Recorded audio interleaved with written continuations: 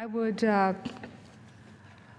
rise in strong opposition to this amendment, and I'm actually quite surprised that we find ourselves here tonight attempting to overturn the National Park Service recent policy changes to stop allowing the Confederate flag to be displayed or sold in national parks.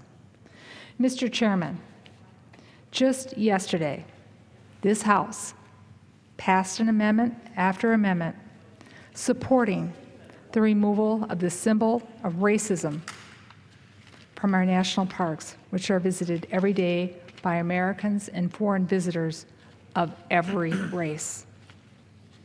We have read about the divisive tactics happening in the South Carolina State House as they debate the removal of the Confederate flag after the murder of 9 black parishioners. I never thought that the U.S. House of Representatives would join those who would want to see this flag flown by passing an amendment to ensure the continuing flying of the Confederate flag.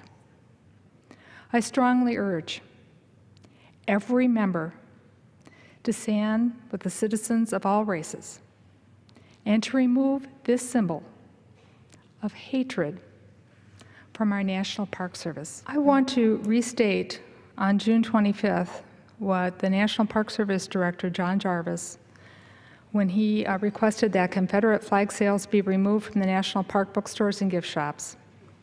He also followed a decision by several large national retailers, Walmart, Amazon, and Sears, to stop selling items with Confederate flags on them. And I agreed with these decisions, and I commend those for their prompt action.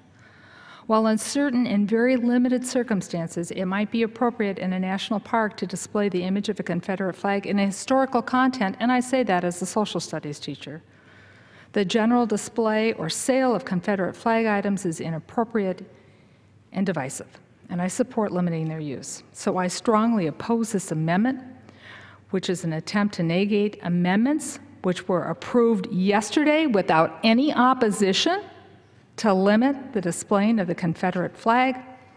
And so we should make sure that we uphold what this House stood for yesterday, which is to say no to racism, which is to say no to hate speech. And with that, I yield back.